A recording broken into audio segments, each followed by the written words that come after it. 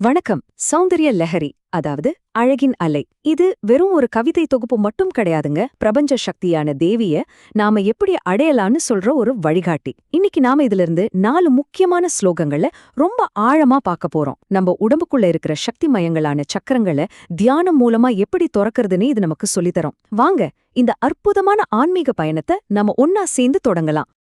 இந்த ஒரு அற்புதமான படைப்பை நமக்கு கொடுத்தவர் யாருன்னு பாத்தீங்கன்னா, மாபெரும் தத்துவஞானி ஜெகத்குரு ஆதிசங்கரர்.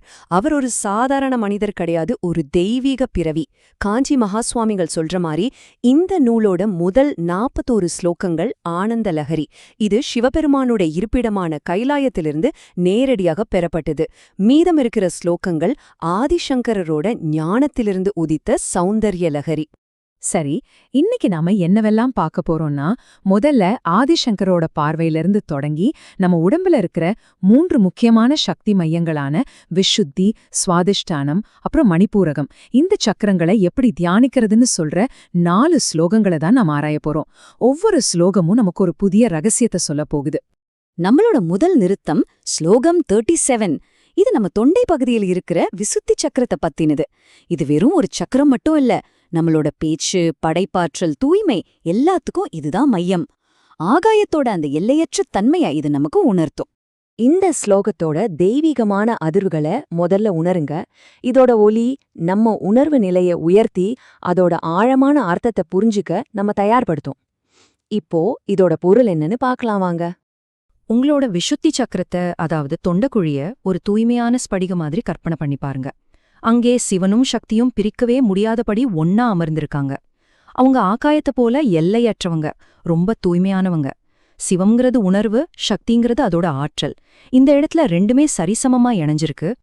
அவங்க 2 பேரோட இணைந்த ஒளி இருக்கு இல்லையா, அது ஒரு முழு நிலவோட பிரகாசம் மாதிரி நம்ம அறியாமைங்கிற இருட்ட முழுசா நீக்கிடுது.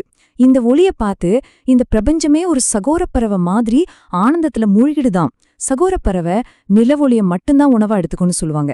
அது மாதிரி நாமும் இந்த தெய்வீக ஒளிய மட்டுமே தேடணும். விசுத்தி சக்கரத்தோட அந்த தூய்மையிலிருந்து நாம இப்போ ஸ்லோகம் 38க்கு நகரலாம். இங்கு தெய்வீக உணர்வு 2 அன்னப்பறவைகளோட ரூபத்துல வருது. இது வெறும் கற்பனை இல்ல, இது ஒரு சக்தி வாய்ந்த தியான முறை. இந்த ஸ்லோகத்தோட மென்மையான ஒலி நம்ம மனச அமைதிப்படுத்தி ஞானத்தோட ஆழத்துக்குள்ள நம்மள கூட்டிட்டு போகுது. வாங்க, இதோட அர்த்தம் என்னன்னு பார்க்கலாம். சிவனையும் சக்தியையும் ஒரு ஜோடி அன்னப்பறவைகளா கற்பனை செஞ்சுக்கோங்க. அந்த அன்னங்கள் மகா முனிவர்களோட மனசுங்கிற ஏரியில நீந்திக்கிட்டு இருக்கு. நம்ம மனசும் அப்படி ஒரு அமைதியான ஏரியா மாற முடியுமா? யோசிச்சு பாருங்க. இந்த அன்னங்கள் சாதாரண பறவைகள் இல்ல, அவை ஞானத்தோட தூய்மையான வடிவங்கள். இந்த அன்னங்கள் எதை சாப்பிடுது தெரியுமா? ஞானம்ங்கிற தாமரையிலிருந்து வர்ற தேனை மட்டும்தான். அவங்க 2 பேரும் பேசிக்கொள்வதிலிருந்து தான் நாம இன்னைக்கு தெரிஞ்சு வச்சிருக்கிற 18 வித்தியைகளும் உருவாச்சான். அன்னப்பறவைக்கு பால்ல கலந்த தண்ணீர்ல இருந்து பாலை மட்டும் பிரிக்கிற சக்தி உண்டுன்னு சொல்லுவாங்க. அதே போல இந்த தெய்வீக ஜோடி உண்மையிலிருந்து பொய்ய பிரிச்சு நமக்கு வழிகாட்டுது.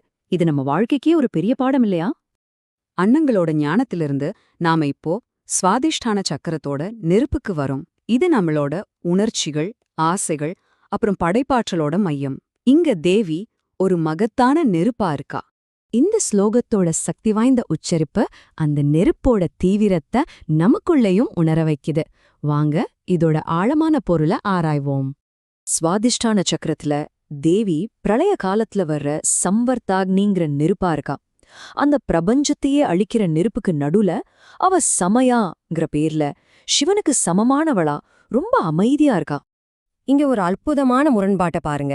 தேவியோட கோப பார்வைப்பட்டா உலகமே எரிஞ்சு சாம்பலாயிடும். ஆனா அவளோட கருணை நிறைந்த பார்வைய குளிர்ந்த மருந்து மாதிரி இந்த உலகத்தை குணப்படுத்துது. அழிவும் ஆக்கமும் ஒரே இடத்துலேருந்து எப்படி வர முடியும்? இதுதாங்க அவளோட தெய்வீக லீலை. நம்ம பயணத்தோட இறுதி கட்டத்துக்கு வந்துட்டோம். ஸ்லோகம் 40 நம்ம தொப்புள் பகுதியில இருக்கிற மணிப்புர சக்கரத்தை பத்தினது. இது நம்மளோட சக்தி, தன்னம்பிக்கை, மாற்றத்துக்கான மையம். இந்த ஸ்லோகத்தோட ஒளிய கேட்கும்போதே ஒரு பெரிய புயலோட ஆற்றலும் அதே சமயம் மழையோட கருணையும் நம்ம மனசுக்குள்ள வர மாதிரி இருக்கு இல்லையா? மணிப்பூர சக்கரத்துல தேவிய ஒரு கருமேகமா கற்பனை பண்ணுங்க. அது சாதாரண மேகம் கிடையாது, கருணைய மழையா பொழியிற ஒரு தெய்வீக மேகம் அது. ஆமா, இங்க தேவி ஒரு கருணை மேகம். அவளோட சக்தி இருட்ட விரட்டுற மின்னல். அவளோட ஆபரணங்களோட ஒளி ஒரு அழகான வானவில்லா தெரியுது. சிவன்கிற சூரியனோட வெப்பத்தால வாடி போயிருக்கிற இந்த 3 உலகங்களுக்கும் அவ தன்னோட கருணை மழைய பொழியறா. பிரபஞ்சத்துல இருக்கிற சமநிலைக்கு இது ஒரு அற்புதமான உதாரணம். நம்ம வாழ்க்கையிலயும் இந்த சமநிலையை நம்ம கடைபிடிக்க முடியுமா? கண்டிப்பா முடியும். இந்த ஆன்மீக பயணத்துல எங்களோட இணைஞ்சிருந்த உங்களுக்கு ரொம்ப நன்றி. ஞானகோஷ் ஒரு பன்மொழி சேனல். சனாதன தர்மத்தோட காலத்தால் அழியாத பொக்கிஷங்கள ரொம்ப எளிமையா, தெளிவா, அர்த்தமுள்ள வழியில பல இந்திய மொழிகள்ல உங்களுக்கு கொண்டு வந்து சேர்க்கிறது தான் எங்களோட குறிக்கோள். இன்னும் பல ஞான தேடல்களுக்கு எங்களோட மத்த பிளேலிஸ்ட்களையும் பாருங்க. எங்களோட இந்த முயற்சி உங்களுக்கு பிடிச்சிருந்தா தயவு செஞ்ச ஞானகோஷ் சேனலுக்கு சப்ஸ்கிரைப் பண்ணுங்க.